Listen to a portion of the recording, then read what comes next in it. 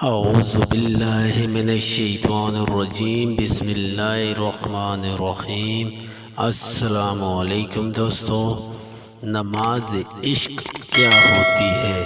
ایک مرتبہ حضرت جنید بغدادی رحمۃ اللہ علیہ اور ایک بزرگ جنگل میں جا رہے تھے اور نماز کا وقت ہو جاتا ہے۔ دونوں بزرگ ایک دوسرے کو نماز پڑھانے کے لیے اس طرح اصرار کرتے ہیں کہ ایک دوسرے کو بولتے ہیں کہ آپ کا درجہ بلند ہے کہ آپ امامت کروائیں۔ اب بھی دونوں بزرگ ایک دوسرے کو امامت کے لیے راضی کر رہے تھے۔ اسی اثناء میں ایک لکڑہارا آتا ہے اور وہ لکڑہارے سے پوچھتے ہیں کہ کیا تمہیں نماز پڑھانا آتی ہے؟ لکڑہارا کہتا ہے یہ کون سا مشکل کام ہے۔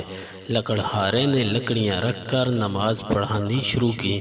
دوران نماز کسی سجدے کو بہت طویل کر دیا اور کسی سجدے میں بہت جلدی سر اٹھا لیا۔ نماز ختم ہونے کے بعد دونوں بزرگوں نے لکڑہارے سے اس کی وجہ پوچھی تو لکڑہارے نے کہا جب میں سجدے میں سبحان ربی الاعلی کہتا تھا تو جواب آتا لبیک یا عبدی۔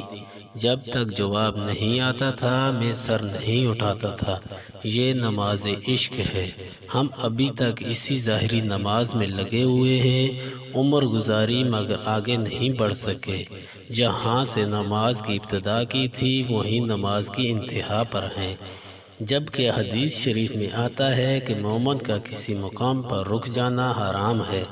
بڑھتے رہو اس کی طلب میں، بڑھتے رہو حتیٰ کہ اس کی طلب میں جان چلی جائے۔ اگر اس کی طلب میں جان چلی گئی تو ہم شہیدوں میں شمار کیے جائیں گے۔ اللہ تعالیٰ سے دعا ہے اللہ تعالیٰ ہمیں بھی ایسی نماز پڑھنے کی توفیق عطا فرمائے، آمین ثم آمین۔